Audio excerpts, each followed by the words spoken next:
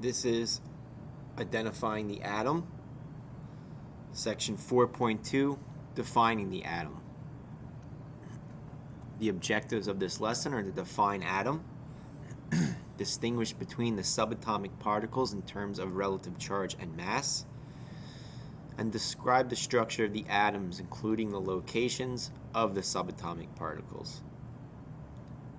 Some vocabulary to review will be model, and some new vocabulary will be atom, cathode ray, electron, nucleus, proton, and neutron. Many experiments since Dalton's time have proven that atoms do exist. So what exactly is the definition of an atom? To answer this question, consider a gold ring. Suppose you decide to grind the ring down into a pile of gold dust. Each fragment of gold dust still retains all the properties of gold. If it were possible, which it is not without special equipment, you can continue to divide the gold dust particles into still smaller particles. Eventually, you will encounter a particle that could not be divided any further and still retain the properties of gold. The smallest particle of an element that retains the properties of the element is called an atom. To get an idea of the size, consider the population of the world, which is about 6.5 times 10 to the 9th, 6.5 billion in 2016. By comparison, a typical solid copper penny contains about 2.9 times 10 to the 22nd atoms, almost 5 trillion times the world population. The diameter of a single copper atom is about 1.28 times 10 to the negative 10th meters.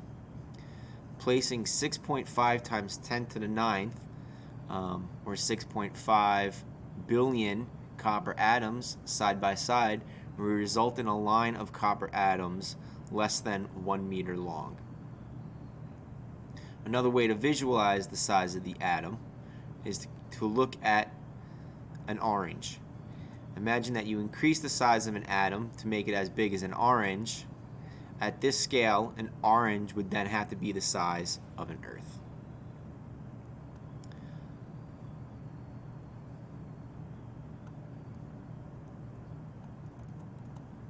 You might think that because atoms are so small, there would be no way to see them. However, an instrument called a scanning tunneling microscope allows individual atoms to be seen. Just as you need a microscope to study cells in biology, the scanning tunneling microscope allows you to study atoms. STM work as follows. A fine point is moved above a sample, and the interaction of the point with the superficial atoms is recorded electronically, as you can see to the right. The image recorded with an STM shows the individual atoms of a fatty acid on a graphite surface. The false colors were added later on to improve the contrast between the atoms. Scientists are now able to move individual atoms around to form shapes, patterns, and even simple machines. This capability has led to the exciting new field of nanotechnology. The promise of nanotechnology is molecular manufacturing, the atom-by-atom building of machines the size of molecules. Once scientists were convinced of the existence of atoms, a new set of questions emerged. What is an atom like? Is the composition of an atom uniform throughout, or is it composed of still smaller particles? Although many scientists researched the atom in the 1800s, it was not until almost 1900 that some of these questions were answered. The cathode ray tube. As scientists tried to unravel the atom, they began to make connections between matter and electrical charge. For instance, has your hair ever clung to your comb? To explore the connection, some scientists wondered how electricity might behave in the absence of matter. With the help of the newly invented vacuum pump, they passed electricity through the glass tubes from which most of the air has been removed. Such tubes are called cathode ray tubes. A typical cathode ray tube used by researchers for the studying of the relationship between mass and charge is illustrated below. Note that the metal electrodes are located at opposite ends of the tube. The electrode connecting the negative terminal of the battery is called the cathode, and the electrode connected to the positive terminal is called the anode. A cathode ray tube is a tube with an anode at one end and a cathode at the other end. When a voltage is applied, electricity travels from the cathode to the anode using an electrical source.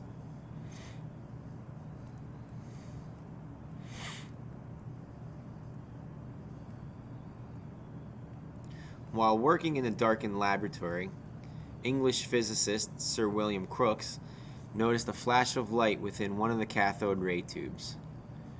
A green flash was produced by some of radiation striking a zinc sulfide coating that had been applied to the end of the tube. Further work showed that there was a ray, radiation, going through the tube. This ray originated from the cathode and traveling to the anode. This was called a cathode ray. The accidental discovery of the cathode ray led to the invention of television. A conventional television is nothing less than a cathode ray tube. Scientists continued their research using cathode ray tubes, and they were fairly convinced by the end of the 1800s of the following. Cathode rays were a stream of charged particles, and the particles carried a negative charge. But again, the exact value of the negative charge was not known. Because changing the metal that makes up the electrodes or varying the gas in the cathode ray tube did not affect the cathode ray produced, researchers concluded that the ray's negative particles were found in all forms of matter. These negatively charged particles that are part of all forms of matter are known as electrons. Some of the experiments used to determine the properties of the cathode ray are shown in figure 4.7. And to give you an idea, a tiny hole located in the center of the anode produced a thin beam of electrons.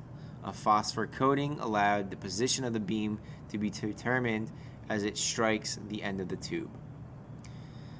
Because the cathode ray is deflected in a magnetic field, the particles in the ray must be charged. Because the cathode ray is deflected towards the positively charged plate, positively charged plate by an electrical field, the particles in the ray must be negatively charged.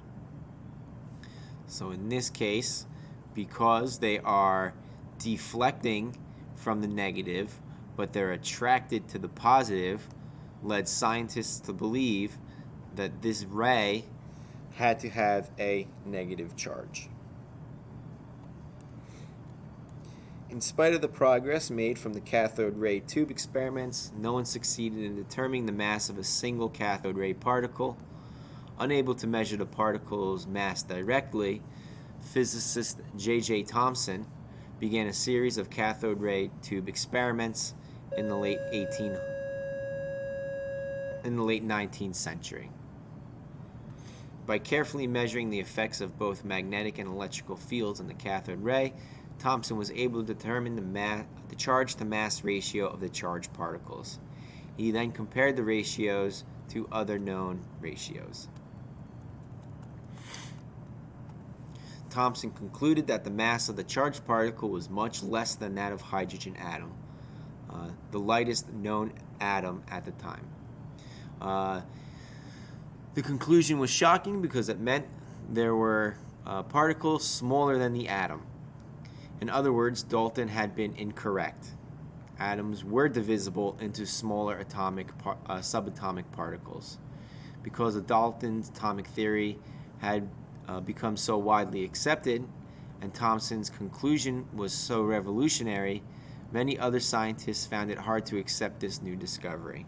But Thomson was correct, and he won the Nobel Peace Prize in 1906 for this discovery. In the early 20th century, American physicist Robert Millikan discovered the charge of an electron using an oil drop apparatus. In this apparatus, oil is sprayed into a chamber above two parallel charged plates. The top plate has a small hole through which the oil drops. X-rays knock out electrons from the air particles between the plates, and the electrons stick to the droplets, giving them a negative charge.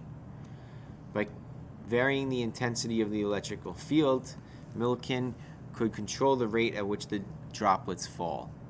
He determined that the magnitude of the charge on each drop increased in discrete amounts, and determined that the smallest common denominator was 1.602 times 10 to the negative 19th coulombs. He identified this number as the charge of the electron. This charge was later equated to a single unit of a negative charge, noted by a 1 minus. In other words, a single electron carried a charge of negative 1. So good was Millikan's experimental setup and technique that the charge he measured almost 100 years ago is still within 1% of the currently accepted value.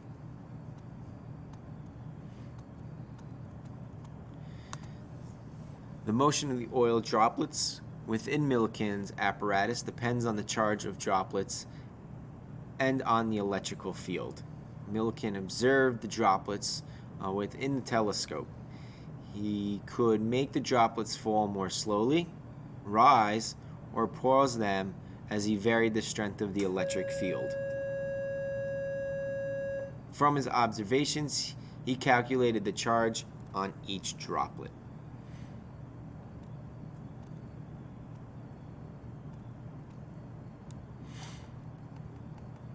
The existence of the electron and the knowledge of some of its properties raised some interesting new questions about the nature of atoms. It was known that matter is neutral and had no electrical charge. You know that matter is neutral from everyday experience. You do not receive an electrical shock, except under some circumstances when you touch an object. If electrons are part of all matter and they possess a negative charge, how can we tell that matter? How can all matter be neutral? Also, if the mass of an electron is small, what accounts for the rest of the mass in a typical atom? In an attempt to answer these questions, J.J. Thomson proposed a model of the atom that has become known as the plum pudding model. Thomson's model consists of a spherically shaped atom composed of a uniformly distributed positive charge in which the individual negativity charged electrons resided. As you read about the plum pudding model of the atom, did not last for long. J.J. Thomson's plum pudding model of the atom states that the atom is uniform in positive charge. Right? All of this is considered positive, and within it you have these negative electrons dispersed throughout it.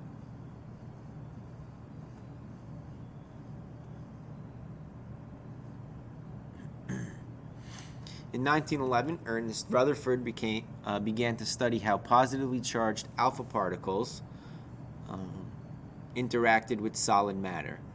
With a small group of scientists, Rutherford conducted an experiment to see if alpha particles could be deflected as they passed through gold foil. In Rutherford's experiment, a narrow beam of alpha particles was aimed at a thin gold foil. A zinc sulfide coated screen surrounded the gold foil, produced a flash of light when struck by an alpha particle. By noting where the flashes occurred, the scientists could determine if the atoms in the gold foil deflected the alpha particles. Rutherford was aware of J.J. Thomson's plum pudding model of the atom. He expected the paths of the massive and fast-moving alpha particles to be only slightly altered by a collision with an electron. And because the positive charge within the gold atoms was thought to be uniformly distributed, he thought it would not alter the paths of the alpha particles.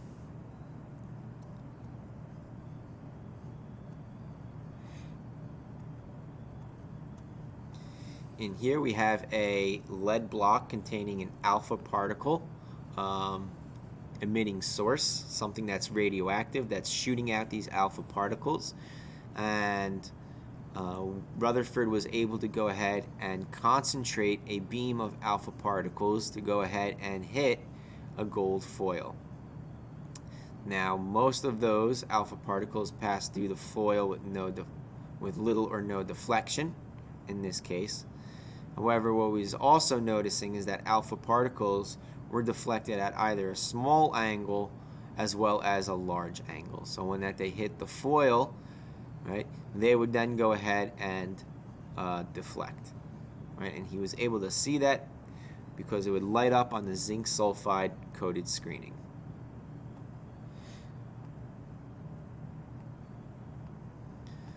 The actual results observed by Rutherford and his colleagues are shown in the diagram above. A few of the alpha particles were deflected at large angles, several were deflected straight back towards the source. Rutherford likened the results to firing a large artillery shell at a sheet of paper and the shell coming back at the cannon. With his discoveries, Rutherford concluded that the plum pudding model was incorrect because it could not explain the results of the gold foil experiment. Considering the properties of the alpha particles and the electrons and the frequency of the deflections, he calculated that an atom consisted mostly of empty space, which the electrons move. He also concluded that most of the atoms' positive charge and almost all of the mass were contained in a tiny, dense region center of the atom, which he called the nucleus. The negatively charged electrons are held within the atom by the attraction to the positively charged nucleus. In figure 413, we're able to go ahead and see Rutherford's nuclear atomic model. Right. Rutherford's nuclear atomic model, the atom is composed of a dense positively charged nucleus that is surrounded,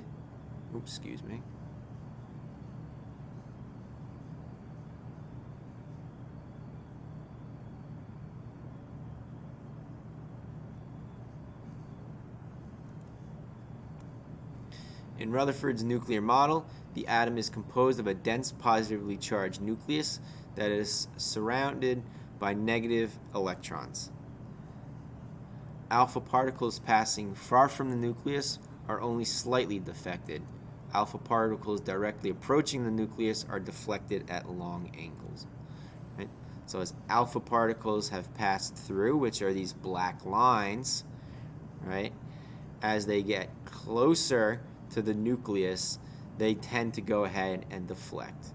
And again, these alpha particles are positively charged, and when you have these positively charged particles coming in proximity to a positive nucleus, we expect this sort of deflection.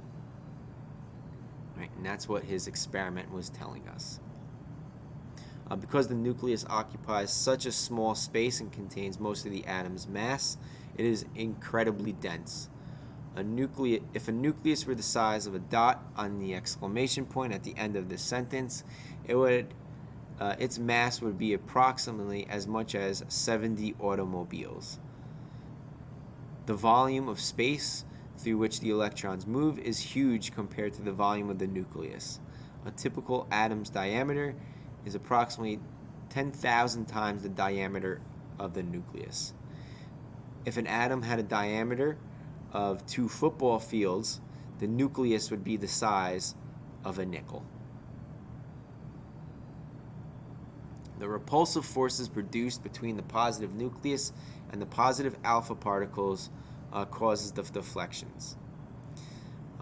In the illustration, how Rutherford's atomic model explained the results of the gold foil experiment.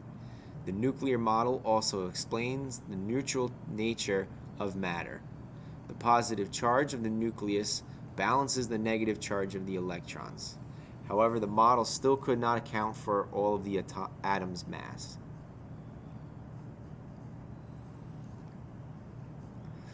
In 1920, Rutherford had redefined the concept of the nucleus and concluded that the nucleus contained positively charged particles called protons.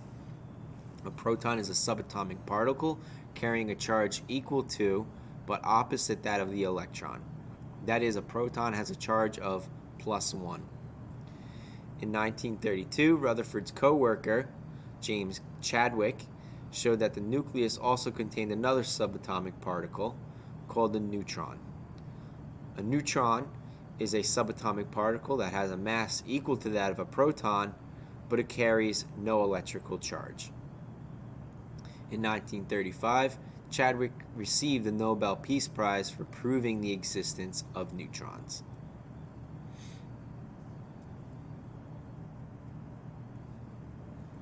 Table 4.3 kind of breaks down subatomic particles in terms of their symbols. The electron gets an E with a minus sign. The proton gets a P. Sometimes you'll see that with a P with a plus sign. And neutrons get an N. And sometimes you'll see that with an N with a 0. And again, that's to indicate the charge of +1 for the proton and neutral for the neutron.